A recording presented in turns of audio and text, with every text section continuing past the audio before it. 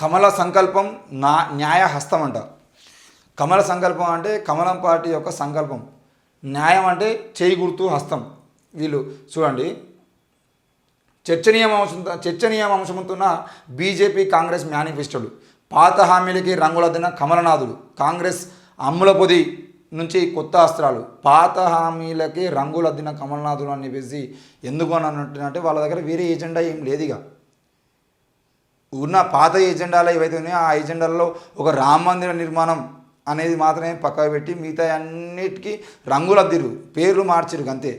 ఈరోజు కదా హైదరాబాద్ పేరు భాగ్యనగర్ మారుస్తామని చెప్పేసి ఏ విధంగా అయితే చెప్తారో అట్లాంటివే వీళ్ళు చేసారు తప్ప కొత్త ఏం లేవు. ఇక చూసినట్లయితే సార్వత్రిక ఎన్నికల సమరానికి సిద్ధపడుతున్న బీజేపీ కాంగ్రెస్ పార్టీలు ఇప్పటికే తమ మేనిఫెస్టోలను ప్రజల ముందు ఉంచాయి. కాంగ్రెస్ తన ఎన్నికల ప్రణాళికకు న్యాయపత్ర అని పేరు పెట్టింది. బీజేపీ తన మేనిఫెస్టోకు సంకల్ప పత్ర అని విడుదల చేయడానికి 10 రోజుల ముందే కాంగ్రెస్ తన ప్రణాళికను ఓటర్లకు చేర్చింది. ఈ రెండు ప్రణాళికలను పరిశీలిస్తే ప్రధాన రాజకీయ ప్రత్యర్థులైన బీజేపీ కాంగ్రెస్ పార్టీలు సార్వత్రిక ఎన్నికలను ఎలా చూస్తున్నాయో అర్థమవుతుంది. ఓటర్లపై ప్రభావం చూపేందుకు, సానుకూల ఫలితాలు రాబట్టేందుకు రెండు పార్టీలు ప్రయత్నిస్తున్నాయి.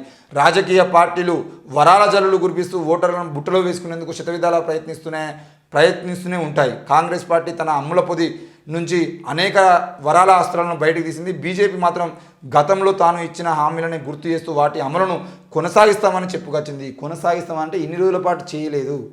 ఇది క్లియర్గా మీరు అర్థం చేసుకోవాల్సిన అవసరం ఉంది. ఎందుకనంటే ఇన్ని రోజుల పాటు వాళ్ళు ఇచ్చినటువంటి హామీలు నెరవేర్చకపోవడం వల్ల ఆ హామీల్ని ఇప్పుడు అధికారంలోకి వస్తే నెరవేరుస్తాము, మీ అకౌంట్లో 15 లక్షలు వేయడం కానీ, లేదంటే మీ అందరికీ దేశవ్యాప్తంగా మీ అందరికీ ఏదో ఒక పథకాన్ని తీసుకొచ్చి మీ జీవితాలు బాగు చేస్తామని చెప్పడం కానీ, గ్యాస్ ధర తగ్గిస్తామని చెప్పేసి కానీ, పెట్రోల్ ధరలు తగ్గిస్తామని చెప్పేసి కానీ, లేదంటే నల్లధనాన్ని వెనక్కి తీసుకొస్తామని చెప్పడం కానీ, మొత్తం కూడా ఈరోజు మాటలకే పరిమితం అయిపోయారు. కాబట్టి వాటన్నిటిని ఇప్పుడు అధికారంలోకి వస్తే చేస్తామని చెప్పేసి వాళ్ళు చెప్తా ఉన్నారు. ఇక కాంగ్రెస్ మేనిఫెస్టోలో రాష్ట్రాల ప్రణాళికలు, నరేంద్ర మోడీ నేతృత్వంలోని కేంద్ర ప్రభుత్వంపై కాంగ్రెస్ తన మేనిఫెస్టోలో పలు విమర్శలు సంధించింది.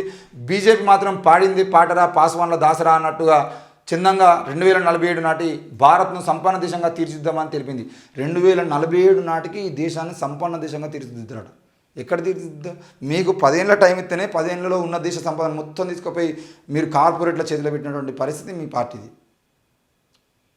ఈ రోజు వరకు నీరవ్ మోడీ మీద కానీ, లలిత్ మోడీ మీద కానీ మీరు కేసులు నమోదు చేసి వాళ్ళని తీసుకొచ్చి ఆ డబ్బుల్ని మళ్ళీ వెనక్కి తీసుకున్నారంటే వాళ్లకు రుణమాఫీ చేసిరు. లక్షల కోట్ల రూపాయల విలువ వేసేటువంటి అక్రమ సంపాదన చేసినటువంటి వ్యక్తులకి మీరు రుణమాఫీ చేసిరు. ఈ దేశంలో ఉన్నటువంటి పేదల కోసం మాత్రం మీరు చేసింది ఏం లేదు. పేదల మీద అధిక భారం. ఈరోజు పేటీఎం వాడితే ₹2 ఎక్స్ట్రా, ₹100 ఎక్స్ట్రా ఇస్తున్నారు. ఏటీఎంలు వాడేదంటే ఏటీఎంలో 3 ట్రాన్సాక్షన్ చేస్తే 4 ట్రాన్సాక్షన్ ₹100 కడిగేస్తారు. డబ్బులు మినిమం బ్యాలెన్స్ లేకపోతే డబ్బులు కడిగేస్తారు. ప్రతిదాన్ని ₹70 పెట్టరు, ₹110 వేస్తారు. ₹600 గ్యాస్ సిలిండర్ ₹1100 వేస్తారు, ₹1200 వేస్తారు. ఈరోజు అన్నిటి భారం ప్రజల మీద వేస్తూ మీరు చేయాల్సిన పని మాత్రం కార్పొరేట్లకు జీతగాలుగా పనిచేస్తున్నారు. మళ్ళీ మీరు 2047 నాటికి అంటే మీరు ఇప్పటి నుండి ఇంకా అధికారం కొనసాగించుకోకపోతే 2047, 2050 నాటికి ఈ దేశాన్ని అభివృద్ధి చేస్తారా? అప్పటిదాకా మీరు పీకేది ఏం లేదన్నత. ఇక పార్టీ పాలనలో ఉన్న రాష్ట్రాలలో అమలు చేస్తున్న కొన్ని సంక్షేమ పథకాలని కాంగ్రెస్ తన మేనిఫెస్టోలో చేర్చింది. మహాలక్ష్మి పథకం కింద ప్రతి పేద కుటుంబానికి ₹1,00,000 అందజేస్తామని, ₹1,00,000 వార్షిక స్టైఫండ్తో అప్రెంటిస్షిప్ హక్కు కల్పిస్తామని, ప్రభుత్వ పరీక్షలు నియామక టెస్టులకు దరఖాస్తు ఫీజును రద్దు చేస్తామని, విద్యా రుణాలను మాఫీ చేస్తామని, ₹25 లక్షల నగదు రహిత ఆరోగ్య బీమా కల్పిస్తామని ఇలా హామీల వరద పారించింది. అన్నింటికంటే ముఖ్యంగా కనీస మద్దతు ధరకు చట్టబద్ధత కల్పిస్తామని తెలిపింది. ఎస్, కనీస మద్దతు ధర రైతులకు సంబంధించిన విషయంలో ఈరోజు బీజేపీ పార్టీ అత్యంత దారుణమైనటువంటి పని ఏం చేసిందని అంటే బీజేపీ తన మేనిఫెస్టోలో ఎక్కడ కూడా కనీస మద్దతు ధర కల్పిస్తామని చెప్పేసి చెప్పలేదు. ఈరోజు ఢిల్లీలో రైతులు ఎంత ఆందోళన చేస్తున్నారో మీ అందరికీ తెలిసిందే. మొన్న బండి సంజయ్ ఇక్కడ ఉన్న దొంగలందరూ కూడా ఏమని చేశారు, రైతుల కోసం మేము దీక్షలు చేస్తామని చెప్పేసి దీక్షలు చేసారు. ఇళ్ళలో కూర్చొని బయటకు వచ్చారు, రోడ్ల మీద కూర్చొని దీక్షలు చేసారు పెద్ద మనుషులందరూ కలిసి. మరి ఏది మీరు రైతుల కోసం దీక్షలు చేసేటోళ్ళు, మీకు రైతుల మీద అంతగానో ప్రేమ ఉండదంటే రైతులకు కనీస మద్దతు ధర కావాలి. వాళ్ళు పండించిన పంటకు ఈరోజు మేము 5,000 విలువ చేసేటువంటి ధాన్యాన్ని కేవలం ₹1,000 కొంటామని చెప్పేసి కాకుండా కనీస మద్దతు ధర, ఎస్ మాకు ఇంత మద్దతు ధర కావాలి. మేము బియ్యం పండించినా, వడ్డు పండించినా, లేదంటే గోధుమలు పండించినా, లేదంటే మిర్చి పండించినా, లేదంటే టమాటో పండించినా, ఏదైనా కూడా రైతులు పంట పండించినంటే వాళ్ళకు కనీస మద్దతు ధర ఇంత ఉండాలి అనేది ప్రభుత్వం తీసుకొచ్చేది అంటే బాగుంటుందని చెప్పేసి ఢిల్లీలో రైతులు చనిపోతూ ఉన్నా కూడా వందల మంది రైతులు చనిపోతూ ఉన్నా కూడా బీజేపీ పార్టీ వాళ్ళ మీద బుల్లెట్ల వర్షం కురిపిస్తున్నా కూడా బీజేపీ వాళ్ళ మీదకి కార్లను పంపిస్తూ యాక్సిడెంట్లు చేసి చంపుతున్నా కూడా వాళ్ళ మీద విషప్రయోగాలు చేస్తూ ఉన్నా కూడా ఎక్కడ కూడా వెనక్కి తగ్గకుండా రైతులందరూ ధర్నాలు ఇస్తూ రైతులందరూ ఈరోజు ఢిల్లీ వైపు పంజాబ్ హర్యానా ఢిల్లీలలో అక్కడ నిరసన కార్యక్రమాలు చేస్తూ అక్కడే బతికిపోతున్నటువంటి రైతులు మనం చూస్తూనే ఉన్నాం. మరి ఇట్లాంటి క్రమంలో బీజేపీ రైతుల పక్ష పార్టీ కాదు అని చెప్పేసి రైతుల కోసం కనీసం ఎలాంటి ఆలోచన చేయకుండా ఈరోజు రైతుల మీద ఎంత దారుణమైన పరిస్థితికి దిగజారుతుందో మనం చూడాల్సిన అవసరం ఉంది. పేరుకో రైతుల మీద ప్రేమ ఉన్నట్టు నటిస్తూ ఉంటారు. బండి సంజయ్ లాంటి వాళ్ళేమో పోయి దీక్షలు చేసి మేము రైతు దీక్షలు చేస్తున్నాం అని చెప్పేసి కాషాయ కండవాలు తీసేసి గ్రీన్ కలర్ కండవాలు వేసుకొని పచ్చని కండవాలు వేసుకొని రైతులు మేము అని చెప్పేసి విర్రవేగుతారు. కానీ కనీస మద్దతు ధర అనేది మాత్రం ప్రకటించలేకపోయింది బీజేపీ పార్టీ.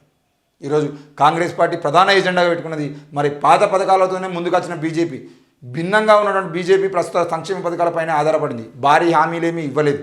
అంటే దీని అర్థం బీజేపీ మేనిఫెస్టోలో హామీలే లేవని కాదు, ఆదాయంతో నిమిత్తం లేకుండా 70 సంవత్సరాలు దాటిన వృద్ధులకు 5 లక్షల రూపాయల వరకు ఉచితంగా ఆరోగ్య బీమా కల్పిస్తారట. పైప్ లైన్ ద్వారా చౌకగా గ్యాస్ సరఫరా చేస్తామని గ్యారంటీ ఇచ్చింది. ముద్రా రుణాల పరిమితిని 20 లక్షలకు పెంచుతామని చెప్పింది. ఈ గ్యాస్ లైన్ల ద్వారా పైప్ లైన్ల ద్వారా గ్యాస్ అందించడం అనేది ఎవరికి ప్రాజెక్ట్? అది అంబానీకి అదానికి ఇచ్చేటువంటి ప్రాజెక్టు. మీరు చేసేది ఏంది? ఆ గ్యాస్ లైన్లు పైప్ లైన్ మొత్తం ప్రభుత్వమే వేసి ప్రభుత్వమే దగ్గరుండి గ్యాస్ మొత్తాన్ని ప్రభుత్వమే అందిస్తుందా, ప్రభుత్వ కంపెనీల ద్వారా అందిస్తుందా అంటే ఏం లేదు. ఆ పైప్ లైన్ల పథకం ఏదైతే ఉందో దాన్ని రేపు పొద్దుగాల క్లియర్గా అంబానీకో అదానికో లేదంటే జిందాల్ కంపెనీకో అప్పచెప్తే వాళ్ళు ఊరూరుకు పైపులు వేసి ఈరోజు కేసీఆర్ కదా ఇంటింటికి నల్లా అని చెప్పేసి మిషన్ భగీరథ మిషన్ కాకతీయ అని చెప్పేసి ఏ విధంగా అయితే ఈరోజు ఇంటింటికి నల్లా అని చెప్పేసి తీసుకొచ్చి నీళ్ళు మొత్తాన్ని అందరి ఇంట్లోకి పైపులు వేసి నీళ్లు పెడతామని చెప్పేసి నీళ్ళు వచ్చింది లేదు పోయింది లేదు, ఆ మురికి నీళ్ళు ఎవరు తాగుతలేడు. కానీ ఈరోజు వాళ్ళు ఏ విధంగా అయితే పైపులు వేసారో అదే విధంగా రేపు గ్యాస్ ఇస్తామని చెప్పేసి అది కూడా 2047 నాటికి సాధ్యమవుతుంది, ఇప్పుడు కాదు. వీళ్ళు దేశవ్యాప్తంగా ఉన్నటువంటి ఇంటింటికి నల్లాలు తీసి ఇంటింటికి పైప్ లైన్ తీసి ఆ పైప్ లైన్ల ద్వారా గ్యాస్ వచ్చి ఆ గ్యాస్ వాడుకోవాలంటే ఆ గ్యాస్ కూడా ఇంటింటికి ఎత్తా అనేది ఫ్రీగా కాదు. ఈరోజు మీరు వాడుకుంటున్నటువంటి గ్యాస్ సిలిండర్లే నయం. ఎందుకు నయం అంటున్నా అంటే మీరు 1000 రూపాయలు పెట్టి గ్యాస్ సిలిండర్ తీసుకుంటే ఎంత జాగ్రత్తగా కాపాడుకుని అంత జాగ్రత్తగా తీసుకుంటారు. కానీ రేపు పొద్దుగాల ఇంటింటికి గ్యాస్ వచ్చేదంటే ఆ పైపులకి మోటార్లు బిగిస్తారు.